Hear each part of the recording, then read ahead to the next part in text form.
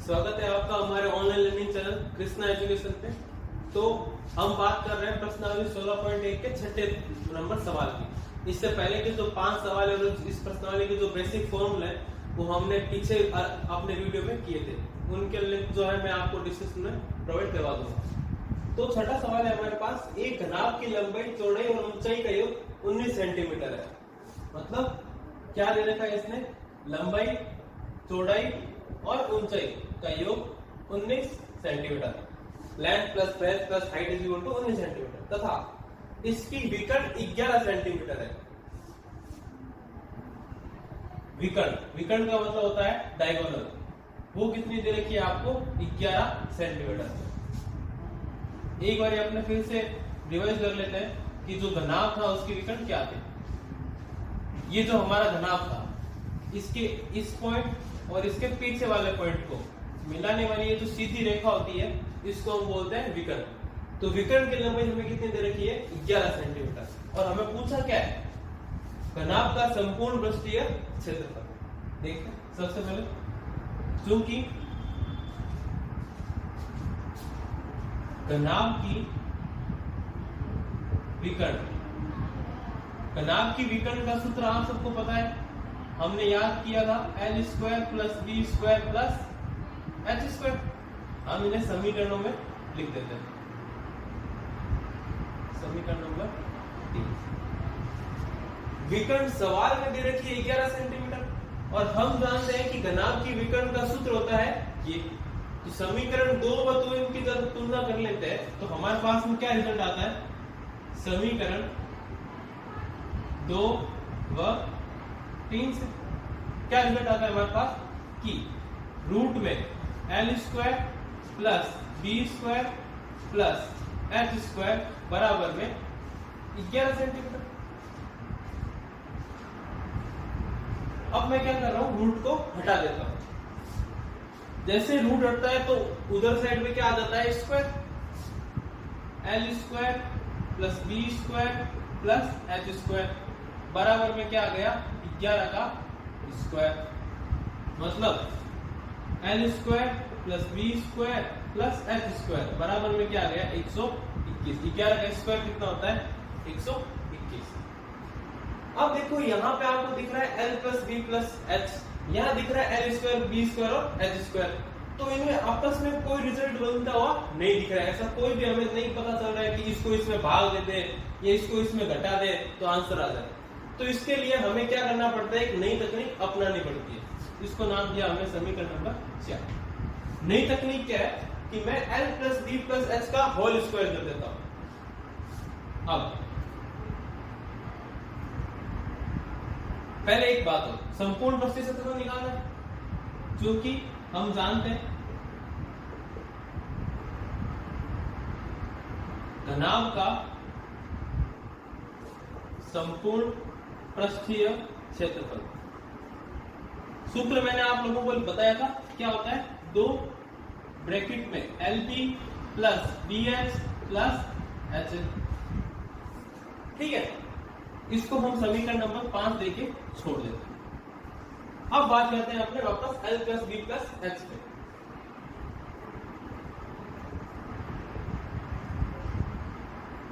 L plus B plus H का whole square, यहाँ square है इसलिए मैंने इसका क्या कर दिया, होल स्क्वायर बराबर में।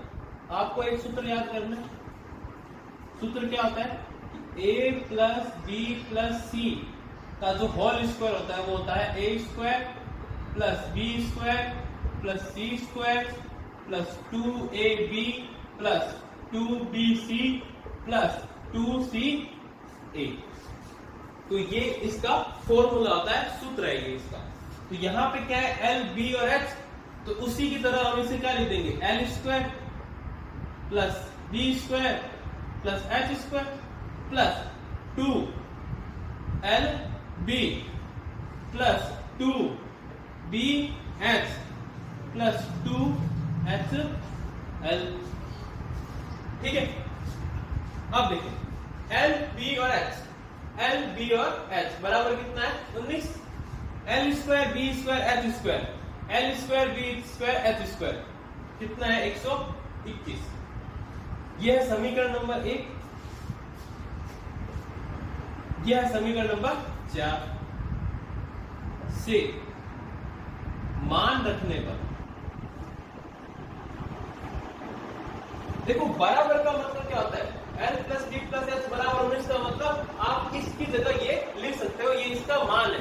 तो मैं क्या कर रहा हूं, L plus D plus H की जगह क्या लिख रहा हूं 19, बाहर स्क्वायर है बराबर L square b square h square, L square b square h square कितना आ गया 121 प्लस यहां पे 2 है, इसमें भी 2 है, इसमें भी 2 है, तो 2 तीनों में है तो इन तीनों से 2 क्या आ जाएगा कॉमन, अंदर क्या रह गया एल बी, यहां से 2 कॉमन तो अंदर रह गया एल बी, यहां से भी 2 कॉमन तो अंदर रह गया बी एच, यहां से 2 कॉमन तो अंदर रह गया एच।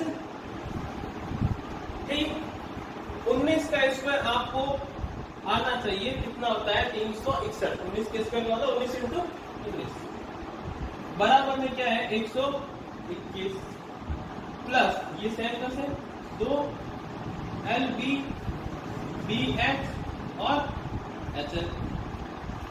ठीक है, अब हम क्या करेंगे 121 को उधर भेज देंगे, तो 121 को उधर भेजने के बाद में घटाएंगे, आगे देखते हैं इसको।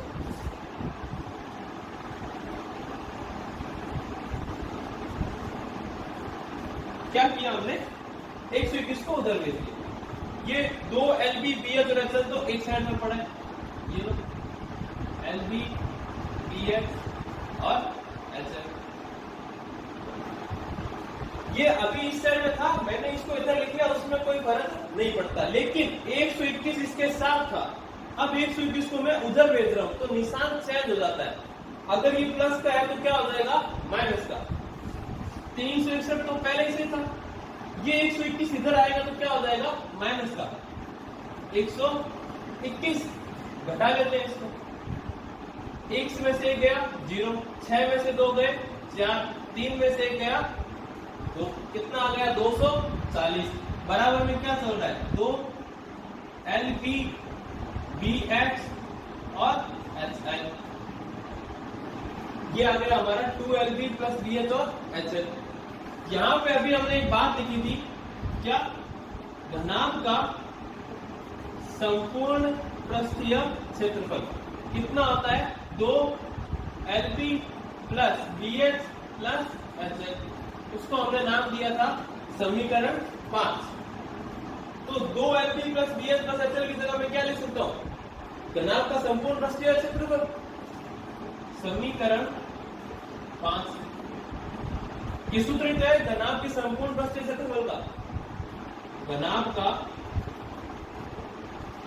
संपूर्ण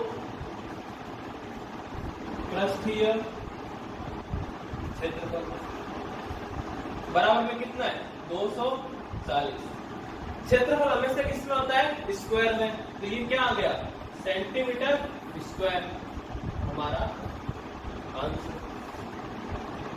तो इस सवाल में ये एक नहीं हमारे पास में स्ट्रेटजी आई है सवाल को हल करने की, ठीक है, तो इस प्रकार आपको ये सवाल हल करना था।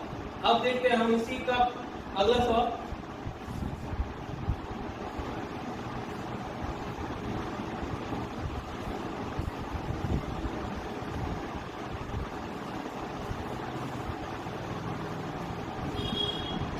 देखिए अगला सवाल क्या है, सवाल नंबर 7। सवाल नंबर 7 है हमारा 6 मीटर भुजा के वर्गाकार फर्श के ऊपर 180 घन मीटर हवा है, हमारे पास में इसमें क्या दे रखा है एक कमरा,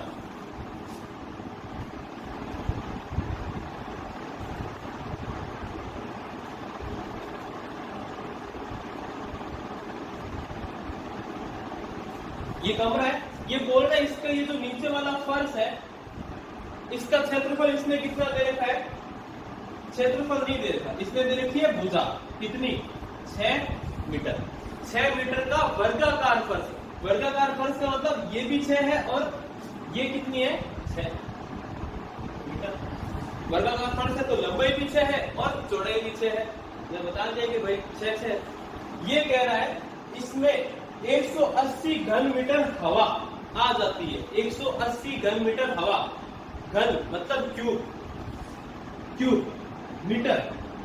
इसका मतलब क्या बात हो रही है हमारे सामने? आयतन की बात। तो इसने पूछा है कि इसकी ऊंचाई क्या होगी, ये कितनी होगी, ये आपको बताना है। करते हैं सवाल। दिया है, क्या दिया है आपको? एक कमरा जिसका फर्श वर्गाकार है तथा उसकी भुजा 6 मीटर है। 6 मीटर है, अर्थात लंबाई बराबर कितनी हो गई? 6 मीटर। लेंथ बराबर 6 मीटर। चौड़ाई कितनी हो गई? 6 मीटर। लंबाई 6, चौड़ाई 6। ऊंचाई पता नहीं है, ज्ञात करनी है। इसके सवाल में बताया ऊंचाई ज्ञात करके बताइए। और कमरे का आयतन आपको जरूर दिया है। कमरे का आयतन आपको कितना दिया है सवाल में? 180 घन मीटर। कमरे का आयतन 180 मीटर क्यूब। एल, बी और एच। अब कोई कहती है कि ये एल और बी तो समान है, तो एच भी क्या पता समान हो? क्या पता, इसमें क्वेश्चन मार्क है हमारे पास, क्या पता समान हो। इसलिए हम इसको क्या मान के चलेंगे? ये क्या है? एक घनाभ। तो घनाभ के आपको हमें बता रखा है कि आयतन का सूत्र क्या होता है? L into B into H. क्योंकि हम जानते हैं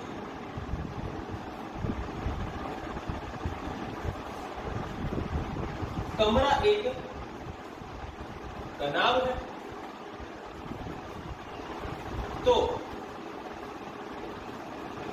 घनाभ का आयतन, आयतन मतलब वॉल्यूम, क्या हो जाएगा? L into B into H. इसको आपने नाम दे दिया समीकरण 1, इसको आपने नाम दे दिया समीकरण 2। कमरे का आयतन है 180 और कमरे के आयतन का सूत्र होता है L into B into H. समीकरण 1 व 2 से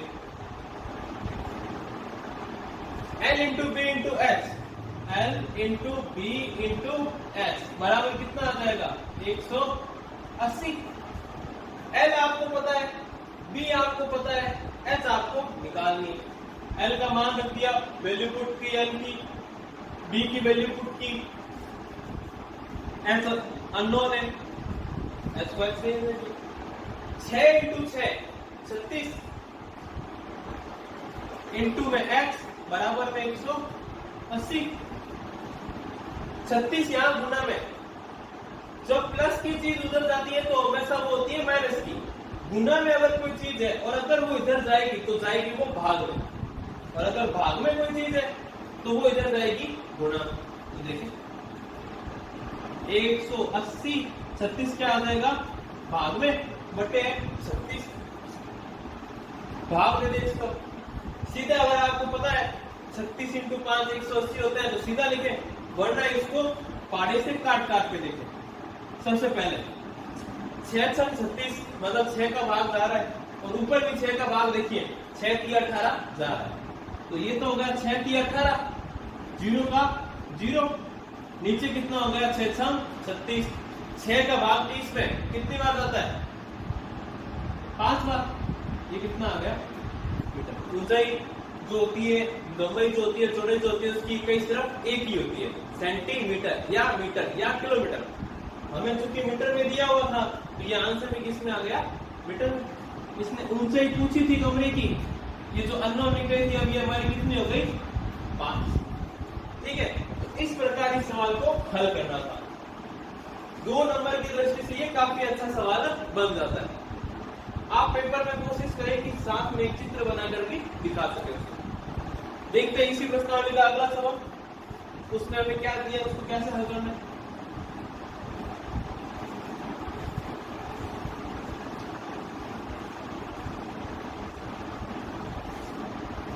देखिए अगला सवाल है 44 मीटर लंबी, 1.5 मीटर ऊंची और 25 सेंटीमीटर चौड़ी एक दीवार बनानी। Question number 8।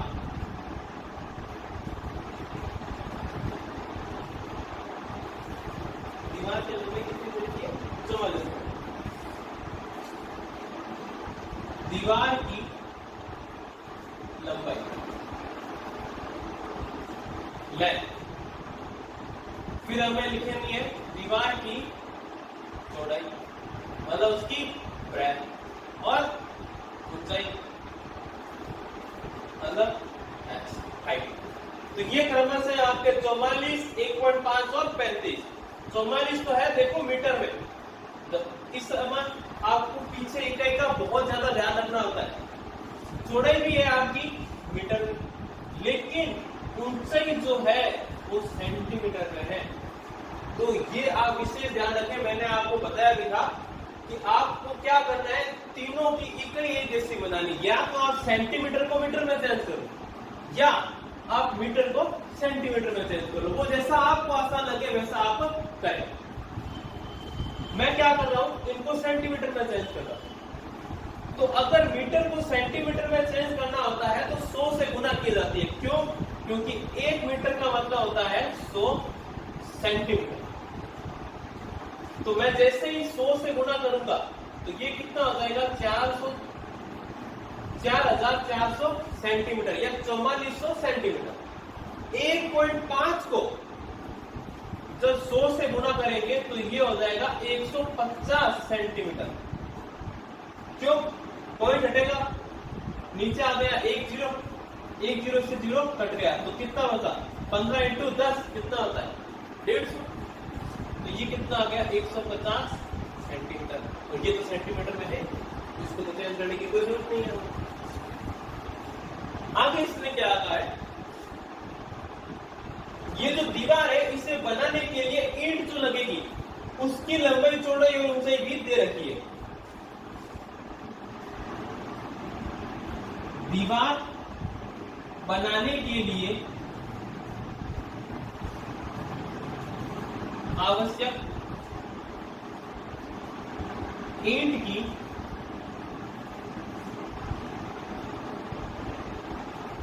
लंबाई, इनको नाम देता हूं मैं L1, B1 और H1, और इसको नाम दे दूंगा मैं L2। ईंट की चौड़ाई मतलब B2 और ईंट की ऊंचाई मतलब H2। ये L1, B1, H1, L2, B2, H2 इसलिए दिया है क्योंकि यहाँ पे भी लंबाई चौड़ाई ऊंचाई की बात हो रही है, यहाँ पे भी लंबाई चौड़ाई ऊंचाई की बात हो रही है। इसलिए हमने इनको अलग अलग दिखाने के लिए इनका नामकरण क्या कर दिया, अलग अलग। ये कितना कितना दे रखा है आपको, 22, 10 और 7। लंबाई है 22 सेंटीमीटर, ये है 10 सेंटीमीटर और ये है 7 सेंटीमीटर। इसमें क्या है बताइए, कितने ईंटों की आवश्यकता होगी। तो आप अपने दिमाग में एक चीज क्लियर करें, जब भी आपको पूछे एक बड़ी चीज दी, एक आपको छोटे ऑब्जेक्ट दिया और पूछ लिया कि छोटे ऑब्जेक्ट जो है वो बड़े में कितना आएगा, कितनी संख्या में आएगा, तो आपको हमेशा उनके आयतनों का भाग देना होता है। जैसे आपको मान लो पूछ लिया एक बक्सा है, उसका लंबाई चौड़ाई ऊंचाई ये है, एक छोटा बक्सा और है उसकी लंबाई चौड़ाई ऊंचाई ये है, या एक छोटा गोला है उसकी आयतन ये, तो बताइए कितने गोले आएंगे। तो हम क्या करेंगे, उसका आयतन निकालेंगे, बक्से का गोले का आयतन निकालेंगे और भाग दे देंगे, तो हमारे पास आंसर आ जाएगा। तो इसमें भी यही करना है, दीवार बड़ी है, ईंट छोटी होती है, ईंटों से मिलकर तो दीवार बनती है। तो हम क्या करेंगे, ईंटों की दीवार बनाने में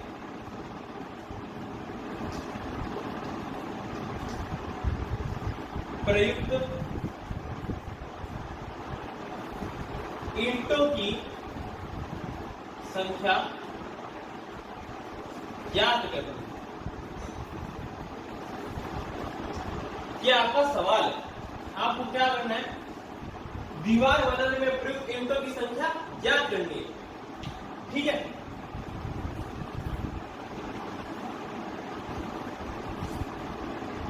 अतः दीवार बनाने में प्रयुक्त ईंटों की संख्या, अभी मैंने आपको बताया है संख्या n, इसको दर्शाता है n से मतलब नंबर, कितने उसके नंबर चाहिए होंगे।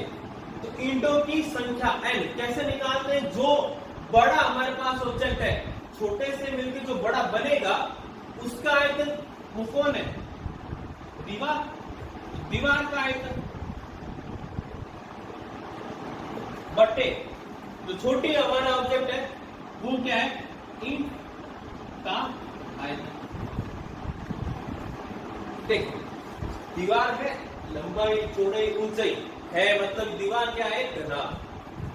ईंट में भी लंबाई चौड़ाई ऊंचाई है, मतलब ईंट भी क्या है, घनाभ। साइड में मैं आपको बता रहा हूं, दीवार व ईंट घनाभ है, अतः घनाभ के आयतन का सूत्र क्या होता है, L into B into H. दीवार के आयतन के लिए क्या हो जाएगा, L into B into H, लेकिन B1 H1 क्यों, क्योंकि दो बार आ रहे थे तो हमने इनका नामकरण अलग अलग कर दिया। इंट के लिए भी क्या हो जाएगा, L into B into H, लेकिन 2 2 2 मान रखते हैं, वैल्यू पुट करते हैं। L1 कितना है, 4400 इंटू B1 कितना है, 150 150 150 इंटू H1 कितना है हमारा, साधारण सा 35 बटे L2 कितना है, 22 इंटू B2 कितना है, 10, H2 कितना है, 7। अब आपको क्या करना है, गुणा और भाग करने हैं इसमें। तो सबसे पहले हमारे पास इसको हल करने के लिए पहली अप्रोच ये होनी चाहिए कि हम इसको जितना सरल कर सकते हैं, जितना इसको काट पीट के कम कर सकते हैं वो करें, फिर गुणा करें। तो देखें ये है 22, 22 का भाग 44 में कितनी बार जाता है, 2 बार, 22 दूनी 44, पीछे कितने जीरो रह गए, तो 22 से 44 को काट दिया तो कितना आ गया, 200। इसका तो काम खत्म। नीचे आप देखिए 7, 7 से 35 को काटते हैं, 7 पंजे कितने होते हैं, 35, 5, नीचे वाले 7 का काम भी खत्म। 0 से ये 0, देखो ये गुणा में है, ये भी गुणा में, इसलिए 0 से 0 कट गया। अगर वो जोड़ में होते हैं तो नहीं कटते, ये भी आपको दिमाग में ध्यान रखना। तो क्या क्या बचा, देखो नीचे तो कुछ बचा है, नीचे तो सब कट के 1 बन चुके। ऊपर देखो 1 का आपका बचा है 200, 1 आपका ये बचा है 15 और 1 आपका ये बचा है 5। अब पहले 15 इंटू 5 कर लेते हैं। 15 इंटू 5, 15 चौक 60, 15 5 75, ये लो 15 इंटू 5 75 इंटू क्या पड़ा है 200। अब क्या करते हैं 75 इंटू 2, 75 इंटू 2 आपको पता होगा 150 होता है, वरना आप गुणा करके देख सकते हो। देखो मैं गुणा करके दिखाता हूं, 0 0, 2 इंटू 5 कितना होता है 10 का 0 आंसर लग गई 1, 7 दूनी 14 और 1 15, तो ये कितना आ गया 15,000। गुणा करने पर ये कितना आ गया 15,000, मतलब कितनी इंटू की आवश्यकता होगी आपको 15,000 मीटर। आप नीचे इसको थोड़ा अच्छी तरह से भी लिखें। अतः दीवार बनाने में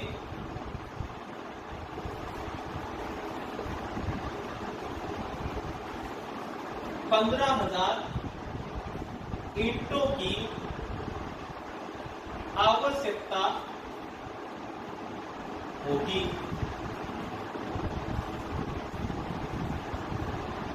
ठीक है, इस तरह ये हो जाता है आपका आंसर। इससे जो आगे के सवाल है वो हम करेंगे नेक्स्ट वीडियो में।